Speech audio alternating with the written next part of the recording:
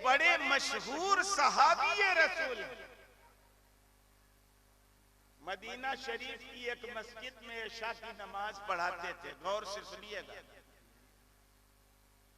और फर्ज नमाज में किरत कारी साहब लंबी कर देते थे। तो सरकार से शिकायत हो गई ना उनकी कि हुजूर ये बहुत लंबी किरात करते हैं। तब चूंकि पैगंबर ने नाम लिया है तो हमें भी लेना पड़ेगा। मौलाना रियाज साहब कहा, अफत्तानुन अंत या मुआज, ऐ मुआज क्या तुम फितना परवर हो?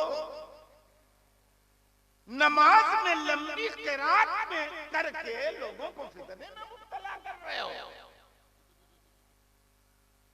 कुरान की तिलावत में कितना सवाब है, मगर लंबी किरात करने पर सरकार का लबो लहजा आप देखें।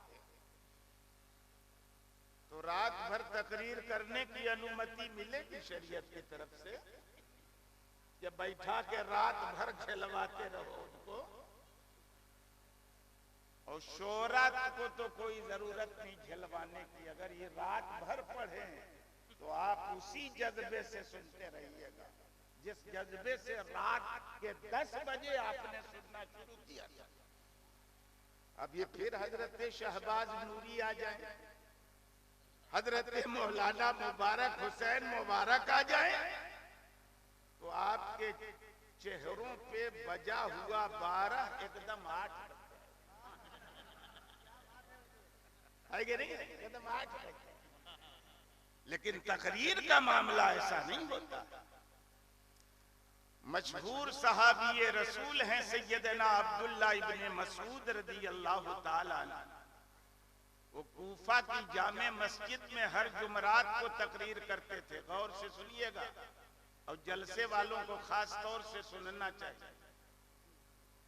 इनको लगता है कि चंद घंटों की तकरीर से पैसा वसूल नहीं होगा। अभी आप लोगों ने कुछ दिन पेपर में पढ़ा होगा पहले कि नवंबर 21 में मध्य प्रदेश हुकूमत ने 4 दिन के चंद घंटों के प्रोग्राम पर 23 करोड़ रुपए खर्च किए थे। कितना? 23 करोड़ रुपए। और कई घंटे का प्रोग्राम था? 4 घंटे। किसका? मोदी जी। कितना खर्चा हुआ? तो उसका 23 करोड़ 4 घंटे में वसूल हो गया है कि नहीं है? और खाली झूठे बोला हुआ और वही लोग सुने। 23 करोड़ खर्चा हो गया, वसूल हो गया। आपके चंद लाख रुपए उलमा की 1 घंटे की भी अच्छी तकरीर हो गई तो काहे वसूल नहीं होता? हर जुमरात को तकरीर किया करते थे अब्दुल्ला इब्ने मसूद।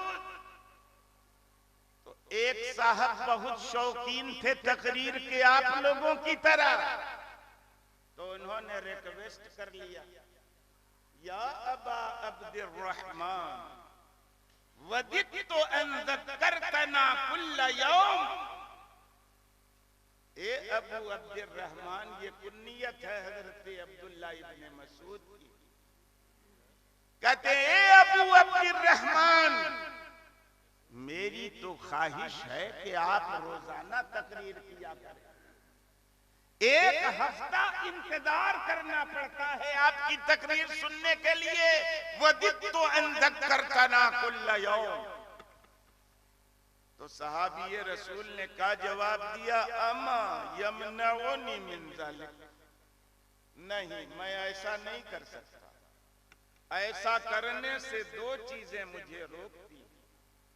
नंबर 1, इन्नी अकरहु अन उमिल्लकुम। मुझको ये बात अच्छी नहीं लगती कि मैं तुम्हें उकताहट में मुब्तला करूं। अल्लाह का इतना जिक्र करूं, रसूलुल्लाह का इतना जिक्र करूं कि तुम सुनते सुनते ऊब जाओ, ये बात मुझे अच्छी नहीं लगती। और नंबर 2, व अन्नी अतखव्वलुकुम बिल मौइज़ा कमा यतखव्वलूना बिहा रसूलुल्लाह सल्लल्लाहु अलैहि वसल्लम मखाफत अस्सआमत अलैना। लेकिन मैं वाज़ो तकरीर में तुम सब लोगों का वैसा ही ख्याल करता हूँ जैसे अल्लाह के रसूल हम सब का ख्याल करते थे, और इसलिए करते थे कि कहीं हम जिक्र खुदा और मुस्तफा से उकता ना जाए। होना चाहिए कि नहीं इसका ख्याल हाफिज जी? मगर नहीं करिएगा, बल्कि हम भी अपने मदरसा में करें ना, मौलाना सिराज साहब बैठे तो नहीं करने देंगे, रिवाज बन चुका है। अब इसको खत्म करना बहुत मुश्किल है। और जैसे 100 की स्पीड में चलती हुई गाड़ी में अचानक ब्रेक लगा देने से एक्सीडेंट हो जाता है, दुर्घटना हो जाती है, जैसी ही कोई लत अगर समाज को पड़ जाए उसको एकदम तुरंत छोड़ाना चाहो तो दुर्घटना है कि नहीं? तो लेकिन धीरे धीरे इस रस्म को बदलने की जरूरत है कि नहीं हजरत? नाराज तो नहीं रह रहे हैं? ये शोरा दो बैठे हैं हमारे हिंदुस्तान वीर सत्ता के शोरा मौलाना मुबारक साहब, नाराज मत होइएगा, वो अलग चीज है। आप भी जल्दी फारिग हो जाएंगे अगर ऐसा हो जाएगा, तब होगा कि नहीं होगा? मैं अर्ज करना चाहता हूँ, हर चीज का इस्लाम में उसूल है। इस्लाम पूजा पाठ के चंद गिने चुने तरीकों का नाम नहीं है। इस्लाम तो पूरे दुस्तूर जिंदगी का नाम है। हर मामले में वो हमें हिदायत देता है, तकरीर करने कराने में भी हमें वो हिदायत देता फरमाता है कि नहीं? मैं सबसे पहले बाला झखड़ा के अपने सुन्नी मुसलमानों, लेकिन यहाँ तो कोई वहाबी है ये नहीं, तो खाली चाहूं तो इतना कह दूं बाला झखड़ा के मुसलमान है ना, क्योंकि हमारी दानिश में अल्लाह का शुक्र है यहाँ पर कोई बदमजहब नहीं है। हजरत मौलाना महबूब गौहर साहब पूरे हिंदुस्तान के जलसों की निकाबत करते हैं। 27 जनवरी को बंगाल में और आज 11 मार्च को झारखंड में मुलाकात हुई। शायद इनको नहीं मालूम कि यहीं से 5-6 किलोमीटर के फासले पर हमारा मूल निवास स्थल है और जन्मभूमि है। यही 6 किलोमीटर इधर है। और उतना चित्त गुम हो जाता ना कुर्सी पे बैठने से, गुम हो जाता है, पता नहीं किधर है रारो हमारा गांव। यहाँ से तो यहीं से थोड़े फासले पर हमारा मकान है। मैं अर्ज करना चाहता हूं, अभी कुछ मामलात हो गए थे जिन मामलात को हमें दोहराने की जरूरत है। अभी शोरा ने भी महसूस किया था कि जब इन्होंने सरकार ताजुल शरिया और आला हजरत का नाम लिया तो मजमे में कैसी ताजगी और बेदारी की लहर है ना। ये दलील है इस बात की कि यहाँ के लोग मसलके आला हजरत में कितने ठोस हैं। हिमायत हक में दीन के इस अदना खादिम की जितनी खुलकर हिमायत बाला झखड़ा के मुसलमानों ने की है, सुन्नी मुसलमानों ने की है, हम उस पर फख्र करें, नाज करें तो बजा। अल्लाह यहाँ के सुन्नी मुसलमानों को सेहत व सलामती के साथ शादो आबाद रखे। एक मुबारकबादी तो ये दे दे, और भी लोग हैं, मगर यहाँ आया हूं तो यहाँ के लोगों का खुसूसी शुक्रिया मैं अदा करूंगा।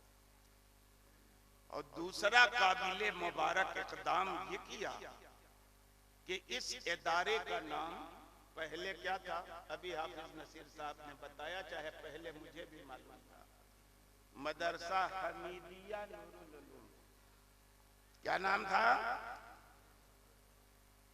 लेकिन पता चला कि ये जिसके नाम की तरफ मंसूब है वो चंदे वाला बंदा था, नूर वाला बंदा नहीं था।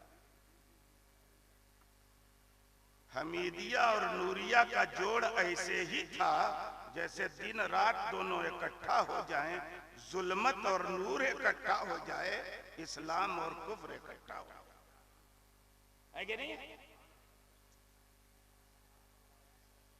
इस्लाम से कुफ्र के खल्त मल्त को खत्म करके बाला झगड़ा के मुसलमानों ने इस इदारे का नाम क्या रख दिया? दारुल उलूम रज़विया नूरुल। इसका पहला पार्ट आला हजरत से निस्बत कर रखता है और दूसरा पार्ट आरिफ बिल्लाह सैयदी सरकार शाह नूरुल हुदा अलैहि रहमत।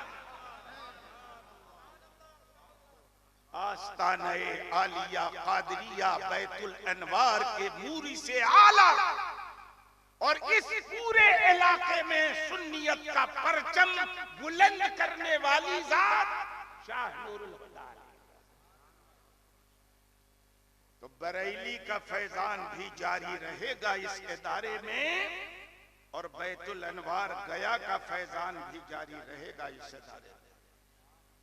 ये तो दो मुबारकबादी हो गई और तीसरी मुबारकबादी कि उन्होंने अभी अपने इस इदारे में एक ऐसे जफाकश मेहनती दीन का दर्द रखने वाला अपने फराइज के तई इंतहाई हसास आलिम दीन जी इस्तेदाद आलिम दीन मुफ्ती अबसार आलम साहब को रईसुल मुदर्रिसीन।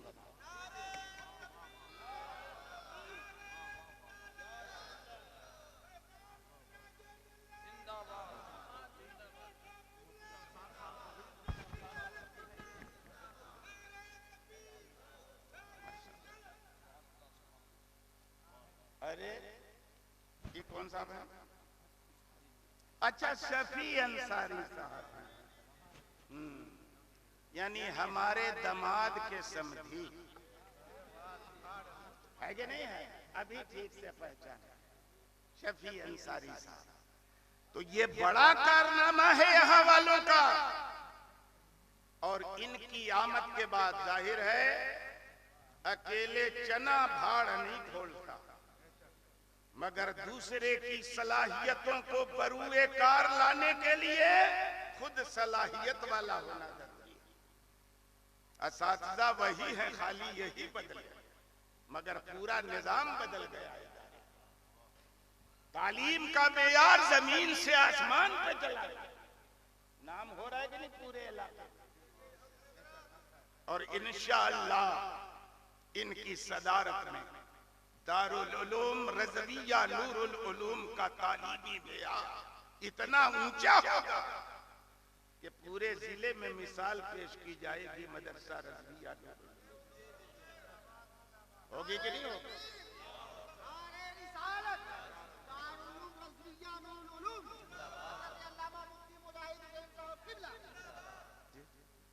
असर शुरू हो गया?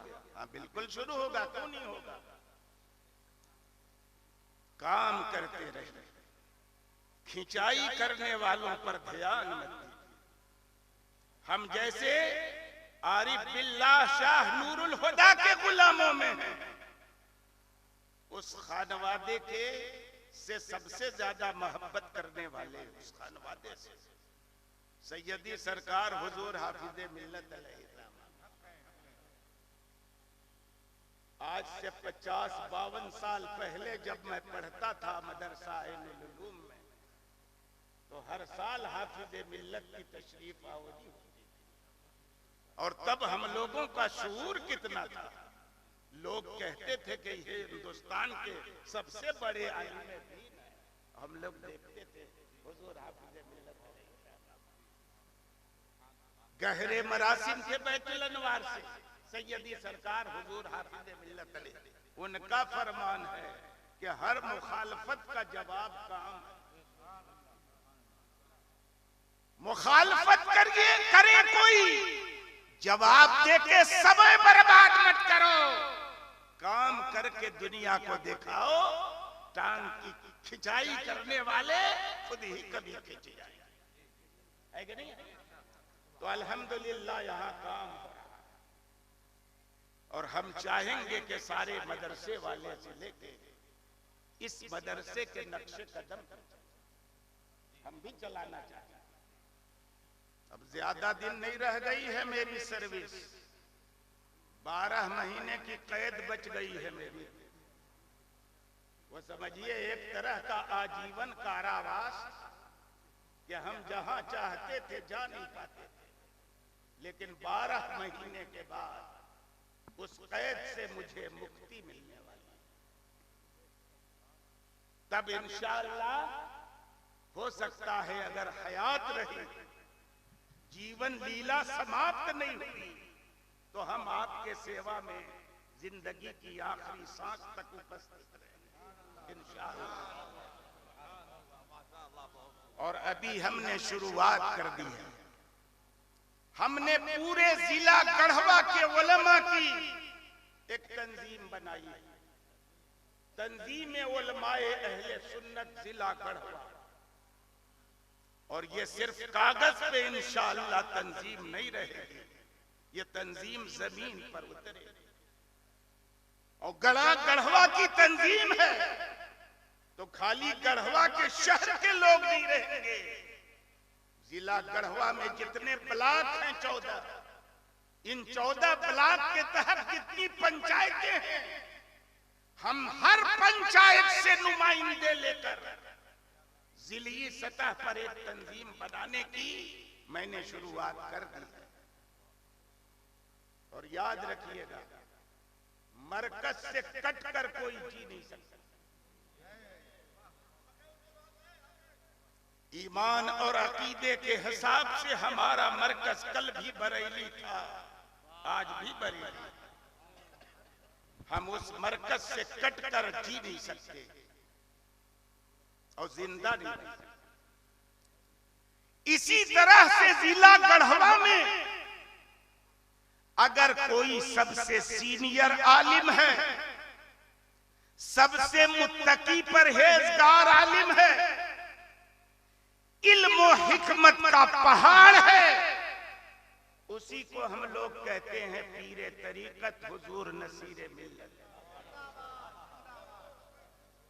वो हमारे उस्ताद भी और इस इलाके के बेशतर उलमा के उस्ताद।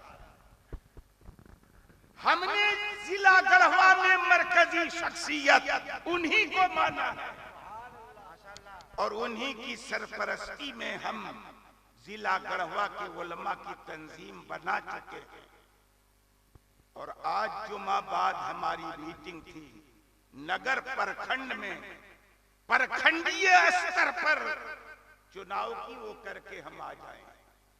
28 तारीख को हम दुधवल आए थे, 1 मार्च को रंका प्रखंड में हमने अपनी तंजीम की शाख कायम की और कल मुहिब्बे गिरामी खलीफे हुजूर नईम मिल्लत फखरुल कुर्रा कारी कमालुद्दीन साहब के गांव मेराल में, मेराल प्रखंड की प्रखंडीय स्तर की तंजीम की तशकील होगी और आगे भी ये सिलसिला जारी है।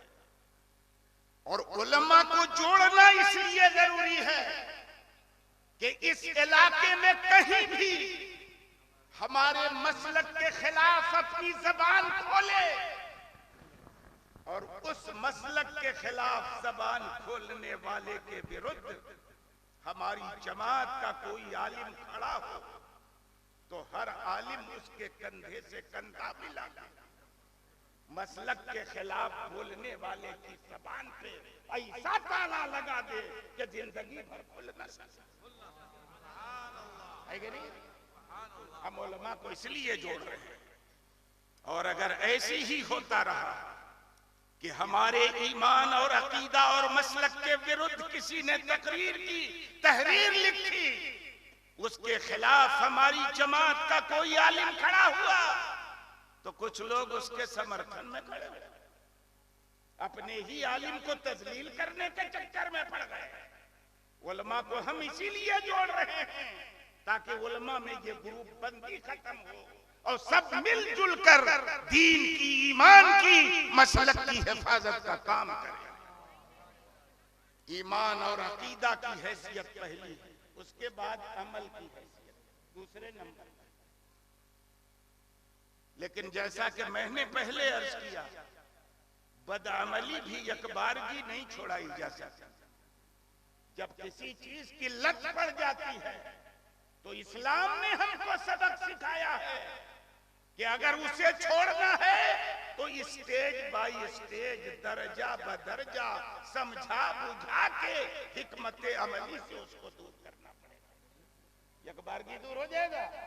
वही बात है कि 100 किलोमीटर की स्पीड में गाड़ी और इमरजेंसी ब्रेक लगा दोगे तो तुरंत दुर्घटना हो जाएगी, है कि नहीं है? तो कोई भी काम, ये दर्स हमें नबी की तरफ से, अल्लाह की तरफ से मिला है कि उसको धीरे धीरे दूर किया जाए, अचानक ब्रेक न लगाया जाए। जहेज वाला मामला जैसे पल चल रहा था, अब भी चल रहा है, घुट्टी में पड़ गया, है कि नहीं? तो इसको भी धीरे धीरे छोड़ाना पड़ा। और तकरीरों से अगर जहेज का चलन बंद हो जाता तो अब तक इतनी तकरीरें हुई हैं, बंद हो जाना चाहिए, होना चाहिए था कि नहीं होना चाहिए? लेकिन बंद हुआ जहेज का चलन तकरीरें करने से, नहीं चलन। तो कैसे ये बंद होगा? हम उठेंगे तब ना, आप उठेंगे तब ना, तंजीम बनेगी तब ना। तंजीम से उलमा अभी जुड़े हैं। हर आलिम के अंदर में न जाने कितनी पब्लिक होती है। अगर उलमा की तंजीम बन गई तो पूरी पब्लिक इंशाअल्लाह एक प्लेटफॉर्म पे आएगी। और पब्लिक और आवाम जिस दिन दोनों मिलके इसके लिए जिद्दोजहद शुरू कर देंगे, तब जहेज का सिलसिला खत्म होगा, तकरीर से खत्म नहीं होगा। सुभान अल्लाह, सुभान अल्लाह। वरना खत्म हो जाता कि नहीं? अब कितनी तकरीर हुई मौलाना रियाज साहब, हमने कम तकरीर की है, कम तकरीर की है जहेज के खिलाफ। तलाक के तिले में तस्दीक नहीं की है, लेकिन आज तक पब्लिक ने ढंग सीखा कि तलाक कैसे देना चाहिए। अभी भी तो यकबारगी पीने दे रहे है कि नहीं? कोई देता है 1 तलाक रजी, कोई देता है 2 तलाक रजी, जो भी देता है तलाक मुगल्लज़ा देता है। जिस तरीके से शरीयत ने रोका उसी तरीके को मुसलमान अपनाता है, और जिस तरीके की शरीयत ने इजाजत दी उसका कोई ध्यान नहीं। अब फिर करना पड़ेगा तकरीर। जहेज के मामले में क्या अब तक लोगों को नहीं मालूम कि बंदों का हक मारना है? बंदों का सारे उलमा ने मुत्तफका तौर पर, एको का तो फतवा नहीं है जायज है। किसी का फतवा है कि जहेज का मुतालबा जायज है? किसी का फतवा नहीं। मुतालबा करके जो जहेज ले वो सबसे पहले हक़्क़ुल अब्द में गिरफ्तार, हक़्क़ुल अब्द के बाद हक़्क़ुल्लाह में गिरफ्तार, और जहन्नम में जाने का हकदार होगा कि नहीं होगा?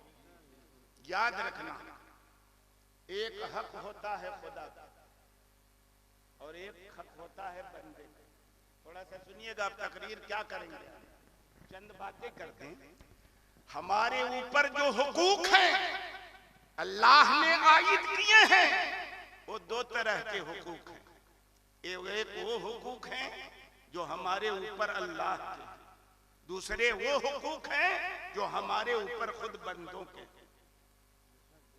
अल्लाह के जो हक हैं उन्हीं को कहा जाता है हुकूकुल्लाह, और बंदों के जो हक है उन्हीं को कहा जाता है हुकूकुल इबाद। अब जरा मिसाल से समझ लीजिए थोड़ी देर। अल्लाह का क्या हक है हम पर? अल्लाह का हम पर ईमान के बाद पहला हक ये है कि 24 घंटे में 5 बार फर्ज नमाज की पाबंदी करें। पहला सुभान अल्लाह, सुभान अल्लाह। पहला हक है कि 24 घंटे में 5 बार हम नमाज़ें पंजगाना अदा करें। तो कहां अदा करें, घर में कि मस्जिद में?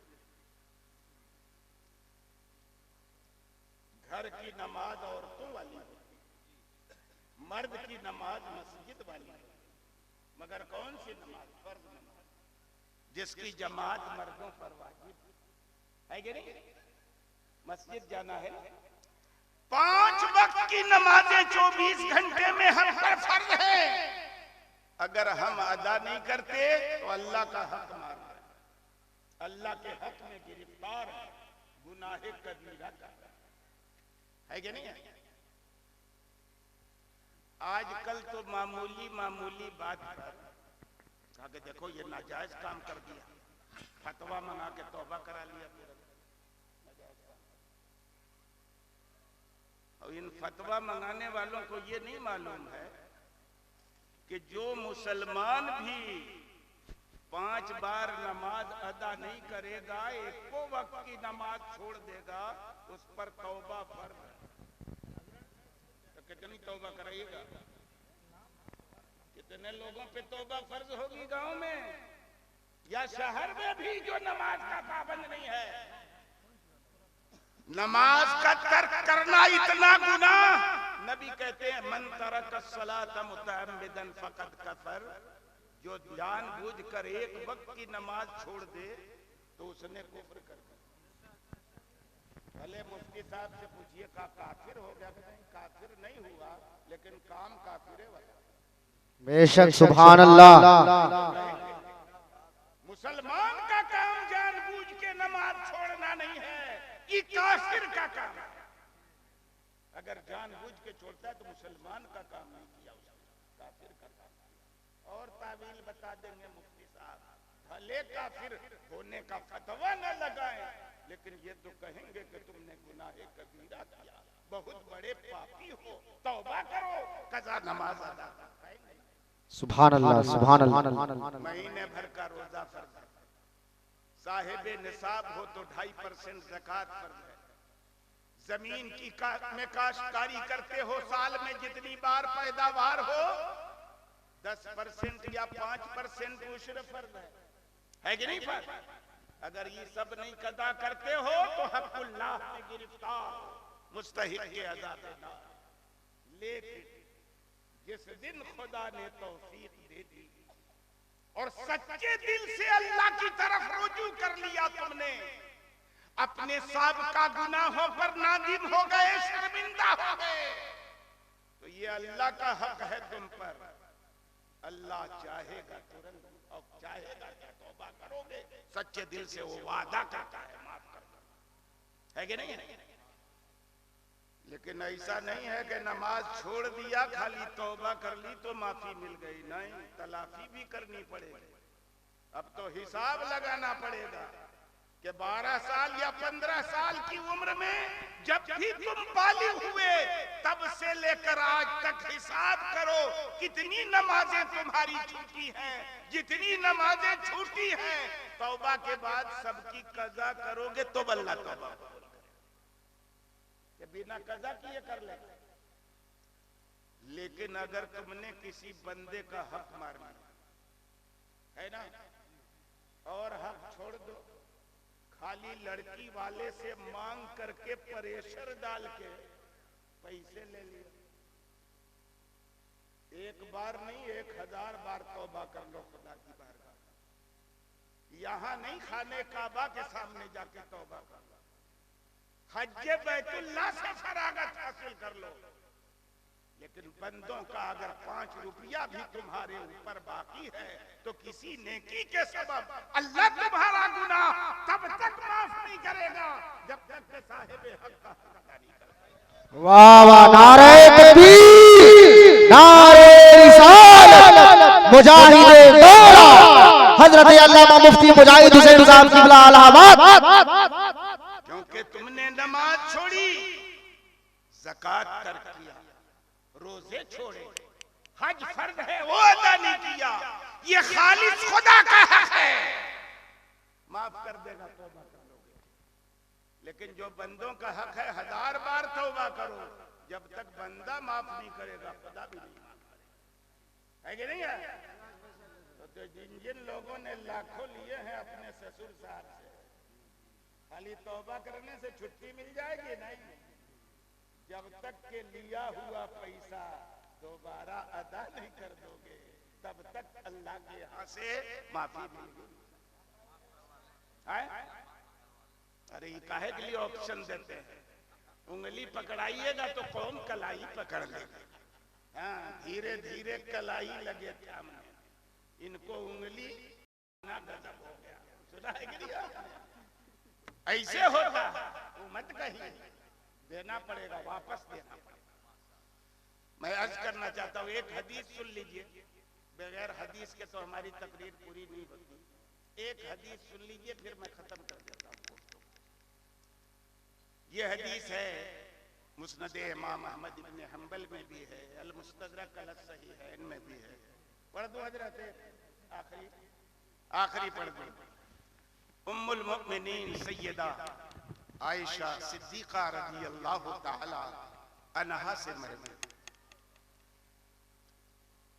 वो फरमाती हैं कि अल्लाह के मुक़द्दस रसूल जनाब मुहम्मदुर रसूलुल्लाह सल्लल्लाहु अलैहि वसल्लम ने इरशाद फरमाया, इन्नद दवावीना इंदल्लाहि सलासा, अल्लाह के यहाँ 3 तरह का रजिस्टर है हर बंदे के ताल्लुक से। कितना रजिस्टर है? 3 तरह। अल्लाह के यहाँ हर बंदे से मुतल्लिक अलग अलग खाता, अलग बही, अलग अकाउंट हर बंदे है कि नहीं? ये दुनिया वालों की ऑफिस थोड़ी है, ये अल्लाह रब्बुल इज्जत ने फरिश्तों को लगा रखा है हर आदमी के कंधे पर बैठे हैं किरामन कातिबीन। कारी साहब कहते हैं कि दाएं वाले को किरामन और बाएं वाले को कातिबीन।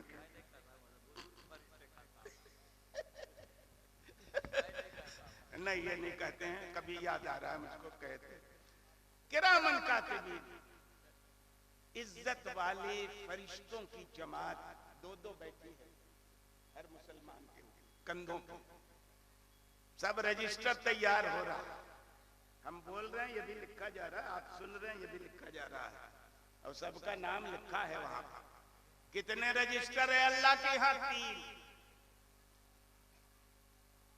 फिर पैगंबर फरमाते हैं कि दीवानुन ला याबहु बिहिल्लाह, एक रजिस्टर ऐसा है कि अल्लाह को उसकी कोई खास परवाह नहीं, यानी कोई बड़ा एक्शन उसके विरुद्ध नहीं लेगा, ऐसा रजिस्टर है। और दूसरा, व दीवानुन ला यत्रुकुल्लाहु मिन्हु शैआ, और एक रजिस्टर ऐसा है कि उसमें जितनी चीजें लिखी हैं एक को चीज अल्लाह छोड़ेगा नहीं, सब पे पकड़ करेगा, एक चीज भी नहीं छोड़ेगा। वह दीवानुन ला यग़फिरुल्लाह, और तीसरा रजिस्टर ऐसा है कि उसमें जो चीज लिखी है उसको अल्लाह कभी नहीं मानता। एक रजिस्टर ऐसा जिसकी खुदा को कोई परवाह नहीं। एक रजिस्टर ऐसा जिसमें जो बात लिखी है उसे अल्लाह कभी माफ नहीं करेगा। और एक रजिस्टर ऐसा कि उसमें से कुछ नहीं छोड़ेगा, सब पर पकड़ करेगा। तो पहला रजिस्टर जिसमें अगर कुछ लिखा है तो अल्लाह बख्शेगा ही नहीं। वो कौन सा रजिस्टर है? जिसमें आदमी का कुफ्र शिर्क लिखा हो, तो हर गुनाह माफ करेगा खुदा, लेकिन कुफ्र शिर्क माफ। इन्नल्लाह ला यग़फिरु अन युश्रका बिही व यग़फिरु मा दून ज़ालिका लिमन यशा। अल्लाह कुफ्र और शिर्क को माफ नहीं करेगा। आयत में खाली शिर्क है, मगर मुफ्ती साहब बताएंगे कि यहाँ कुफ्र भी शामिल है। खाली शिर्क नहीं, कुफ्र भी। जैसे शिर्क की मग़फ़िरत नहीं होगी, काफिर मर गया आदमी उसकी भी मग़फ़िरत नहीं होगी, शिर्क में कुफ्र भी है, इस्तिलाह वाला नहीं। अल्लाह कुफ्र और शिर्क को माफ नहीं करेगा, लेकिन कुफ्र और शिर्क से नीचे नीचे जितने गुनाह हैं, जिसको चाहेगा खुदा है कि नहीं। तो ये रजिस्टर तीसरा वाला है जिसमें कुफ्र लिखा होगा, शिर्क होगा। इस पर अगर कोई मर गया तो माफी मुमकिन ही नहीं, उसकी मग़फ़िरत नहीं होगी, बख्शिश नहीं होगी, वो जहन्नम में जाएगा हमेशा के लिए। और दूसरा रजिस्टर वो है जिस पे खुदा को कोई परवाह नहीं है। उसमें क्या लिखा होगा? नमाज नहीं पढ़ी थी इसने, रोजा नहीं रखा था इसने, ज़कात नहीं दी थी, हज नहीं किया था, इसी तरह के अमाल लिखे हुए जो खालिस खुदा के हुकूक है। तो अब इस हुकूक के बारे में, ये हुकूक जो छोड़े हैं किसी ने पामाल किए हैं, अल्लाह जिसको चाहेगा माफ फरमा देगा। ये उसके फज़्ल की बात है, करम की बात है। वादा कर चुका है वो, शिर्क से नीचे नीचे जितना गुनाह है अल्लाह चाहेगा तो माफ फरमा। लेकिन जिस रजिस्टर में ये लिखा होगा कि इस आदमी ने अपनी बहू के बाप से 1 लाख रुपया लिखा है तो अमिट रहे, वो नहीं माफ करेगा। वैसे ही जिसकी कोई चीज आपने चुरा ली है, वो लिखी है ना, वो नहीं माफ करेगा, पकड़ेगा। किसी को गाली दी है आपने ना दुनिया में, पकड़ेगा। किसी का मर्डर किया है आपने ना, तो पकड़ेगा, ये नहीं छोड़ेगा। और कोई माल ले लिया है, ऐसे माल ले लिया है तो भी अल्लाह नहीं छोड़ेगा, पकड़ेगा। और इसीलिए एक हदीस और सुना दूंगा, मुस्लिम शरीफ की हदीस है, मशहूर हदीस है। हमारे पैगंबर ने सहाबा को मुखातब करके कहा, अतदरून मल मुफलिस, मेरे सहाबा तुम लोग जानते हो मुफलिस कौन होता है? कौन होता है मुफलिस? तो कालू अल मुफलिसु फीना मन ला दिरहम लहु वला मता। या रसूल अल्लाह, हमारी सोसाइटी में मुफलिस गरीब उसे कहते हैं जिसके पास दिरहम न हो, सामान न हो। माशाअल्लाह के हिसाब से बोलिए या रसूल अल्लाह, मुफलिस उसे कहते हैं जिसके पास रुपया पैसा। माशाअल्लाह। खतीब हिंदुस्तान नाशिर मसलक के आला हजरत, हमारी जमात के बेहतरीन खतीब हजरत अल्लामा जुनैद जमाली साहब क़िबला बोकारो की भी आमद हो गई है। नारे तकबीर, नारे रिसालत। तशरीफ रखिए। माशाअल्लाह माशाअल्लाह, वाह वाह, सुभान अल्लाह। अब देखिए हजरत अल्लामा जुनैद जमाली साहब हमारे रारों में भी तशरीफ ला चुके हैं और यहाँ भी आ चुके। अब आखिरी हदीस बस खत्म कर रहा हूँ मैं बयान करके। का मुफलिस किसे कहते हैं? कि जिसके पास रुपया पैसा ना हो। पैगंबर ने रद्द कर दिया, नहीं, मुफलिस सही मानों में उसको नहीं कहते। किसे कहते हैं? मुस्लिम शरीफ की हदीस है, इन्नल मुफलिसा मिन उम्मती मन यअती यौमल क़ियामह बिसलातिन व सियामिन व ज़कात। मेरी उम्मत में क़ियामत के दिन मुफलिस वो आदमी होगा जो नमाज लेके भी आएगा, रोजे लेके भी आएगा, ज़कात लेके भी आएगा, नमाज भी होगी उसके नामे अमाल में, रोजे भी होंगे, ज़कात भी होगी। लेकिन इसके साथ साथ हाल क्या होगा? वयअती कद शतम हाज़ा वक़द क़ज़फ़ हाज़ा वक़द अख़ज़ माल हाज़ा वक़द सफ़क दम हाज़ा वक़द अख़ज़ माल हाज़ा फयुअता मिन हसनातिही हाज़ा व हाज़ा व हाज़ा फ़इन फ़नियत हसनातुहु क़ब्ल अन युक़दा मा अलैहि फउखिज़ मिन सय्यिआतिहिम फतुरिहत अलैहि फतुरिह फिन्नार। नमाज लेके भी आएगा, रोजे लेके भी आएगा, ज़कात लेके भी आएगा, मगर हाल क्या होगा कि उसने किसी को गाली दी होगी, किसी की गीबत की होगी, किसी का नाहक माल ले लिया होगा, किसी का कत्ल कर दिया होगा, किसी को मारा होगा। तब इस आदमी की सारी नमाजें, सारे रोजे, सारी ज़कात, सारी नेकियां, जिन जिन पर जुल्म किया है, जिन जिन का हक मारा है, वो नेकियां उस जुल्म के बदले में उधर ट्रांसफर की जाने लगी। और अगर उसकी नेकियां इससे पहले खत्म हो गई कि बंदों के जो हक हैं इस पर वो अभी खत्म नहीं हुए, तब क्या किया जाएगा? जितने लोगों पे इसने जुल्म ढाया है उनके खाते के सारे गुनाह इसके खाते में डाल दिए जाएंगे, और वो नमाजी होने के बावजूद, रोजेदार होने के बावजूद, ज़कात अदा करने वाला होने के बावजूद जहन्नम में डाल दिया जाएगा। डाला जाएगा कि नहीं डाला जाएगा? बंदों के हक की इतनी अहमियत, तो जिन जिन लोगों ने जहेज मांग करके लाखों लाख हड़प लिया, तौबा करने से खाली काम नहीं चलेगा। अल्लाह की लाज़मी गिरफ्त और पकड़ से बचना चाहते हो तो जितनी जल्दी हो गए रिटर्न कर दो। अब कारी साहब ने एक गुंजाइश बताई कि जी चाहे तो माफ करा लो, गुंजाइश बता रहे माफ करा लो, तो सब माफ कराने लगे। हाल ये है समाज का कि बीवी का महर भी नहीं देना चाहता आज का मुसलमान, माफिया कराना चाहता।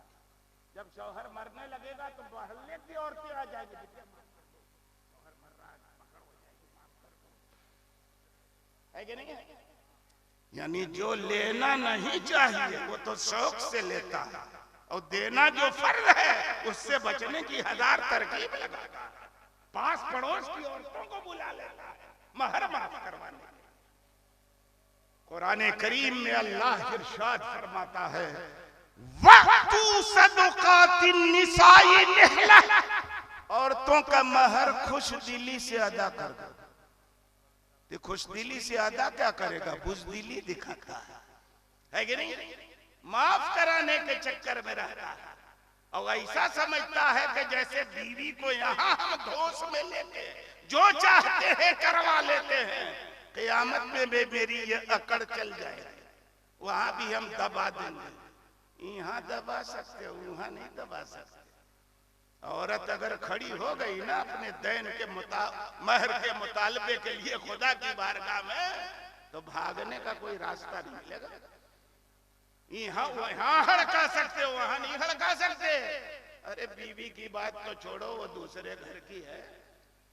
हदीस शरीफ में आया है ना कि माँ बाप उस बेटे को देखेंगे महशर में जिसके ऊपर इनका कर्जा है। किसका? माँ बाप का। तो उसको पकड़ लेंगे, लाओ कर्जा लाओ, दुनिया में जो लिए थे लाओ, वापस नहीं किया था। अरे अब्बा पहचाने नहीं, मैं आपका बेटा हूँ।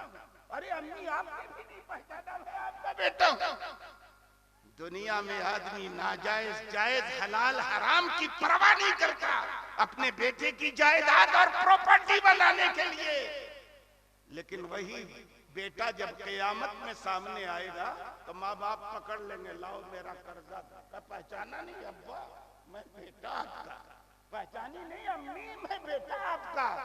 हदीस शरीफ में आया है कि पहचानना तो दरकिनार, बाप और माँ दोनों ये आरज़ू करेंगे कि अल्लाह इतने कर्जा काहे था मेरे बेटे पर, और कर्जा होता तो या तो इनकी नेकियां मेरे खाते में आ जाती या मेरे गुनाह इसके खाते में चले जाते। तो बाप तो बेटे को बख्शेंगे नहीं, तो बीवी आपको बख्श देगी।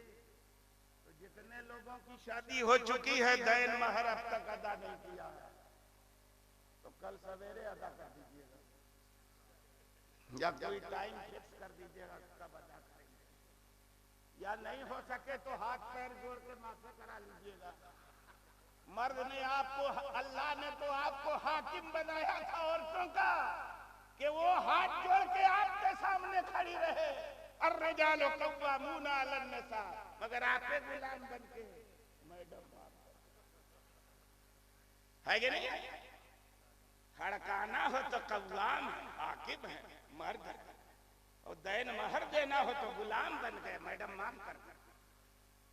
वातु सदुकातिन निसा साअनिहला, अपनी औरतों का महर कुछ दिली से अदा कर। तो अल्लाह हमको तौफीक अता फरमाए कि हम दूसरों के हुकूक मारने से बचे, है कि नहीं है? हुकूकुल्लाह तो हम गिड़गिड़ा के माफ करा सकते हैं खुदा से, मगर हुकूकुल इबाद कितनों गिड़गिड़ा लो, जब तक बंदा माफ नहीं करेगा खुदा भी माफ नहीं करेगा। उसकी अदालत का यही कानून है, चाहे तो उसको कुदरत है माफ करने की, मगर उसकी अदालत का ये कानून है तो वो माफ नहीं करेगा जब तक बंदा माफ न करेगा। अल्लाह रब्बुल इज्जत हमारी इस मुख्तसर सी गुफ्तगू को कबूलियत के शरफ से नवाजे और हमारे दीन की जो बुनियाद है अकीदा आखिरत कि हमारी यही जिंदगी नहीं, मर के खुदा की बारगाह में जाना है, अपने सारे कामों का हिसाब देना है खुदा की बारगाह में। ये अकीदा अगर आपका पुख्ता हो गया तो इंशाअल्लाह आप सारे गुनाहों से बच जाएगा। तूफान इश्क लाने से चश्म फायदा, दो बूंद भी बहुत हैं, अगर कुछ असर करे तकरीर न करके भी ज्यादा तकरीर हो।